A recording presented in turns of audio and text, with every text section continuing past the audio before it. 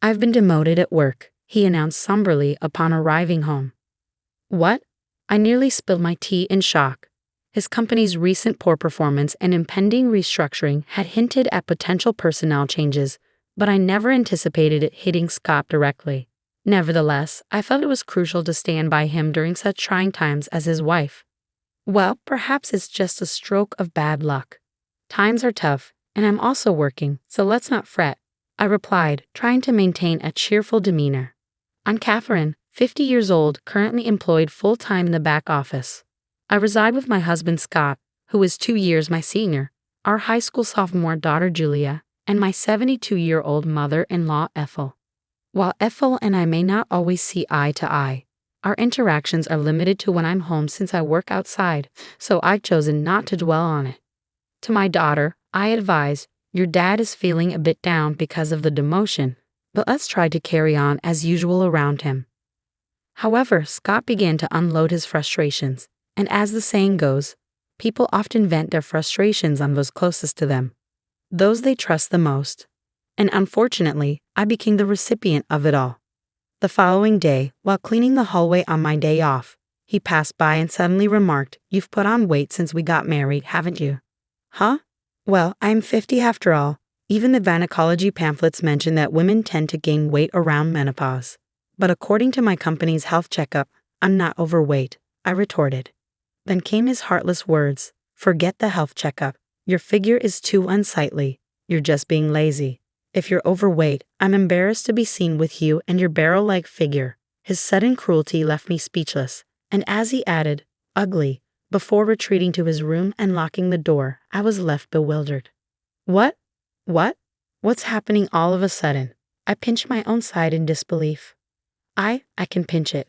When I squeeze it between my thumb and forefinger, it fits snugly, and I can tell that I've gained more than enough.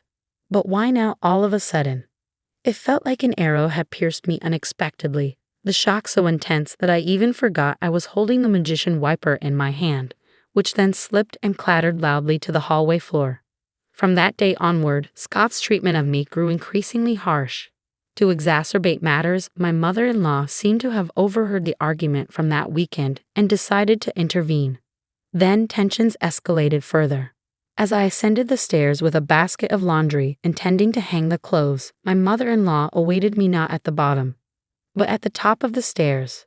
She would make remarks like, "Oh, how dreadful. If only you weren't so overweight, we could pass each other on the stairs. I wouldn't have to wait here because your obesity restricts the space for both of us." Moreover, during dinner, when I served fried chicken, she'd comment, "Isn't this what's contributing to your weight gain?" and promptly remove my plate.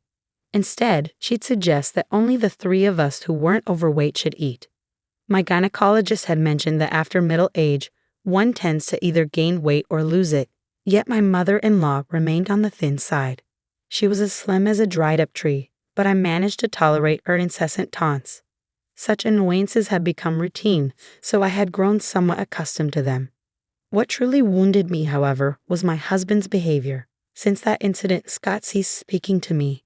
There were no expressions of gratitude or compliments, not even when I served him breakfast.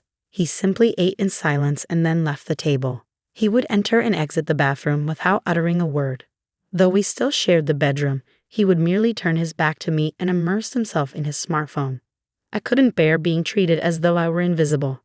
One night, summoning my courage in the bedroom, I asked, "Is there a reason you're ignoring me?" His response was cold. "Not really, but I prefer not to engage with anyone other than humans." He continued, "I don't want to be associated with a family member who is this overweight. If you truly care about me, you'll shed some pounds." What? His words left me disheartened. But it's inevitable with age. You understand that, don't you? Even though I walk 1.2 miles for my commute, I'm doing my best in my own way. Despite my efforts to combat the weight gain that often comes with aging, he coldly turned his back, dismissing my struggles. "If you're not seeing results, then it's as if you're not trying at all. Don't speak to me anymore." And with that, he truly stopped acknowledging my presence. Meanwhile, my mother-in-law persisted in taunting me about my weight. Whenever meat, fruits, or rice were served, she'd question, "Are you permitted to eat that? Do you realize?" Eventually, I found myself restricted to salads and boiled vegetables. Scott remained silent throughout, merely moving his chopsticks without a word. It seemed my marriage was nearing its end. During my spare moments, I began packing my belongings. If this was the treatment I would receive from Scott, perhaps it was best to disappear altogether. When I confided in my daughter, saying I'm considering moving back to my parents' house, she sympathized. I understand. I witnessed Grandma and Dad always picking on you during meals. It's painful to watch. I'll come with you, Mom. We can stay with your parents and I can still attend high school from there. And now, tomorrow marks the beginning of the demotion I've been anticipating, right after the winter break. Scott approached with a smile, suggesting, let's all have a drink, just this once. Tomorrow, life without subordinates begins for him. I pondered whether he found this situation unbearable. However, by now, I had lost the will to play along. Even his forced smile grated on my nerves. Scott piped up, let's enjoy a nightcap with dinner. I'll whip up some wine spritzers. It might have been the first time he had directly addressed me since the demotion announcement. He continued, Julia can have juice, and I'll fix you a wine spritzer too, Catherine. He then placed the prepared drinks at 3 spots on the table. Odd, why the sudden change? As Scott momentarily turned his back to search for the TV remote, I discreetly sniffed the drink he had poured. What? I detected a faint scent, unmistakably familiar. I knew it from my own culinary endeavors. How could he even think to serve me this? I refused to tolerate it any longer. Between my mother-in-law's constant harassment and my husband's neglect, I had reached my limit. The sight of the wine spritzer pushed me over the edge. Scott, could you please grab the camembert cheese from the fridge? It's from the local dairy farm, and it's absolutely delicious. I'm grateful for this family time. Would you mind fetching it? I requested, hoping he would contribute at least this much to our moment of togetherness. As Scott made his way to the fridge, I took the opportunity to swap my drink with the one on the seat to my right. It was Ethel's seat. Upon his return with the cheese, I announced, now that we have our snacks ready, I'll go fetch Julia and mother-in-law, loud enough for them to hear. Dinner's served. The two of them joined us in the dining room and took their seats, creating an appearance of a typical family dinner. Except, I didn't have any meatloaf or cornbread salad. Instead, we had stewed chicken soup, camembert cheese, and wine spritzers. Julia opted for juice. Let's dig in. Julia broke the silence, while Scott and my mother-in-law remained silent. I took a sip of the wine spritzer Scott had prepared, noticing him watching me closely. With a smile, I remarked, yeah, it's quite good. Huh? Scott muttered something under his breath, but I chose to ignore him. Instead, I focused on my salad before taking another sip of the wine spritzer. Suddenly, a stream of red liquid shot out from my mother-in-law's mouth, resembling Godzilla's fiery breath. Wait, Grandma, what happened? My daughter exclaimed, rising from her seat in surprise. Some of the liquid splattered onto her salad. Did you choke? Are you okay? Julia quickly fetched a towel and returned, offering it to my mother-in-law, who wiped her mouth. However, her reaction was one of disbelief. What? What is this? Grandma, your mouth, it looks like spicy cod roe, my daughter observed, growing increasingly concerned. Hey you! He put it in my drink. My mother-in-law shrieked, attempting to grab me, but I coldly brushed her hand away. It wasn't me. Scott made it, I stated firmly. This dismissal, coupled with the revelation of Scott's involvement, seemed to stun her. What? My mother-in-law screamed, her lips still stained with sauce, before turning to glare at Scott, who was visibly trembling. Leaning towards him, I exerted some pressure by resting my hand on the table. You thought you could sneak it into the wine spritzer, didn't you? I could detect it slightly because I've encountered it before. That was a dash of hell, wasn't it? I confronted him sternly. A drop of hell? I picked it up at the food fair in Alabama. It might not be as renowned as death sauce, but with its subtle lime undertones, I found it more appealing for its homely flavor, I explained. That hint of lime was what I detected, indicating he had added a significant amount to the drink. My mother-in-law likely didn't notice due to the wine spritzer's aroma, or perhaps she mistook the lime scent for part of the drink's flavor. Regardless, this was an exceptionally malicious prank, incredibly vicious. Wait, Dad did that? Julia's expression was one of disbelief. I actually intended for Catherine to have it, Scott admitted. You should switch it with yours. Even if my mother-in-law is foaming at the mouth, it's out of line. Just because she realized it was meant for me, she wants to pass it off to me. I'm not touching that dangerous concoction, I asserted in a hushed tone, maintaining pressure on Scott. And then I confronted him. Explain why on earth you thought pulling such a stunt was acceptable, I recounted. You were putting on weight, and spicy food can boost metabolism. So I figured I'd give it a try, Scott reasoned. Pathetic. What a lame excuse, I scoffed. Did he truly believe such an explanation would suffice? It was utterly embarrassing. Under pressure, my husband hesitated, shifting his chair back slightly. I'm not crazy. This is a legitimate reason to support your diet. Here, swap your cup with mine and have a taste. I made it for you, he urged. Closing in, I saw him retreat. What are you implying? As the one who prepared it, you should be the one to sample it. Come on. Rising from my seat, I grabbed the cup containing the fiery concoction meant for my mother-in-law and tossed it in front of my husband. Setting it aside, I closed the gap once more. After ignoring me and treating me like I'm invisible for so long, did you honestly expect me to drink something you claimed to make with a smile out of the blue? Did that not occur to you in your empty head? Isn't it all too childish? Come on, taste it as the one who brewed it. Take some responsibility, I asserted, slamming the table. At the sound, my husband, perhaps hoping to evade further confrontation, rose from his chair and stepped back. Amidst the tense silence, a soft voice broke through. Both my husband and I turned to the source. It was our daughter, Julia. She began to speak, her words sounding strained as if she were forcing them out.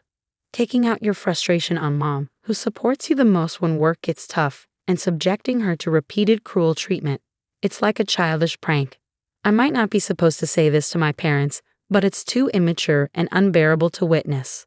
Our daughter stood up, addressing her father directly. Is it wrong to struggle with weight? Mom wakes up early, walks to work, and even packs her own lunch. So it's not fair to say she's not making an effort, she continued, turning to face her grandmother. And you going along with it, taking away Mom's dinner like the fried chicken incident. What Grandma is doing is reminiscent of high school drama. It's embarrassing, she remarked firmly. At these words, a flustered Ethel began to offer a confused excuse. That's not it. I'm just concerned about Julia's mom not gaining any more weight. I want her to feel positively about herself in front of her granddaughter. Besides, Ethel, like Julia, is also struggling with weight. But Julia remained resolute. Compassion is about understanding and supporting the other person. It pained me to see Mom's dinner taken away, especially when she looked so upset. That's not compassion. Mom hasn't had any health issues in her checkups, yet taking away her food is just plain mean. Ethel fell silent, and it appeared Julia was finished addressing her for the time being. She turned her attention back to her father. Mom goes to the gynecologist regularly and stays active, yet Dad just brushes her aside because she's gained a bit of weight. What's up with that? His indifference creates such tension in the house. Can't you see it? Even Colonel Sanders and Aunt Stella from the cookie ads are on the plump side. Ever heard of happy weight?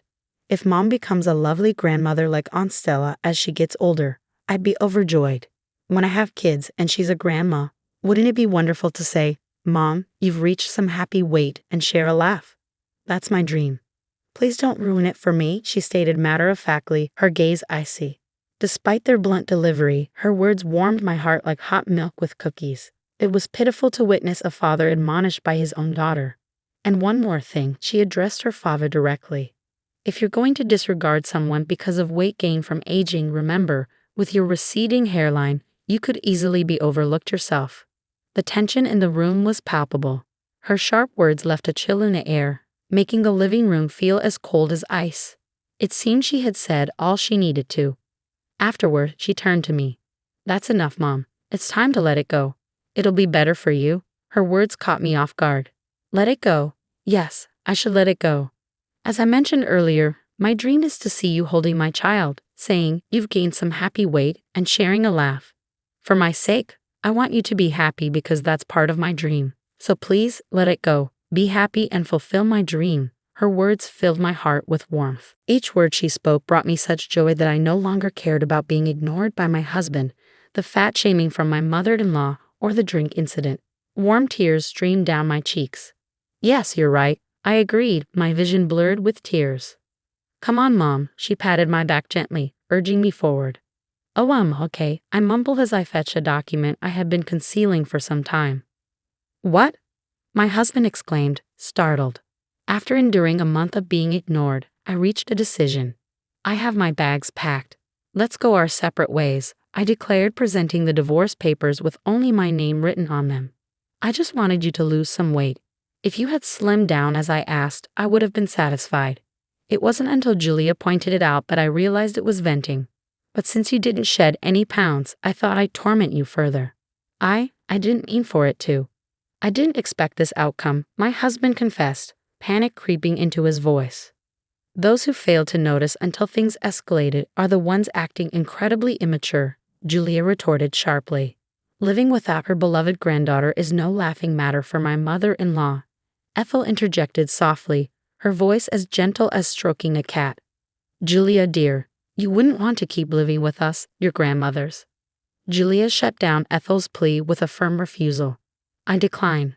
I no longer wish to share the same space as people who behave like middle schoolers. Wait, okay, hold on. I understand. I'll taste it, as you suggest.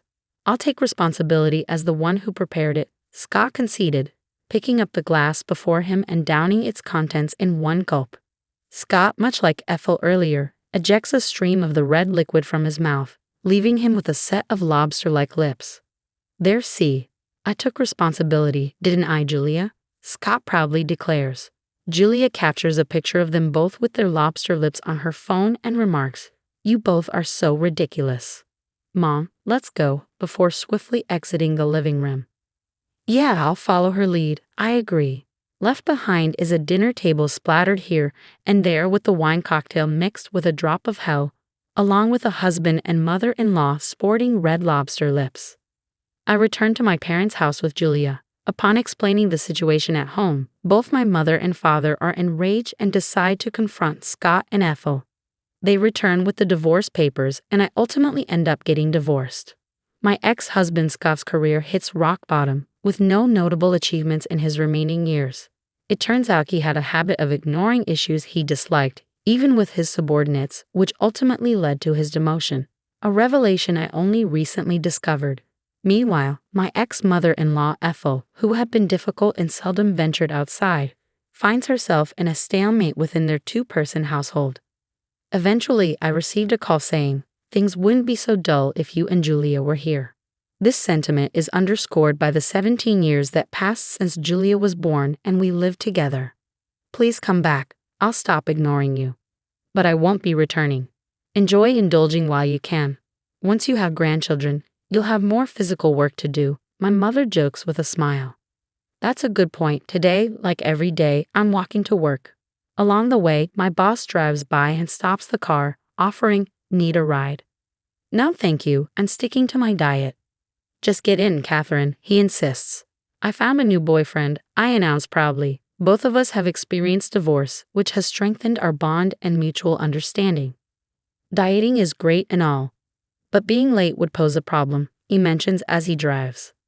"I've never been late before," I retort, puffing up my cheeks defensively. He glances at me and gently pokes my puffed-up cheek with his finger. "Give me the time you saved by riding in the car today for our conversation," he says with a playful smile, ever the chatty boyfriend.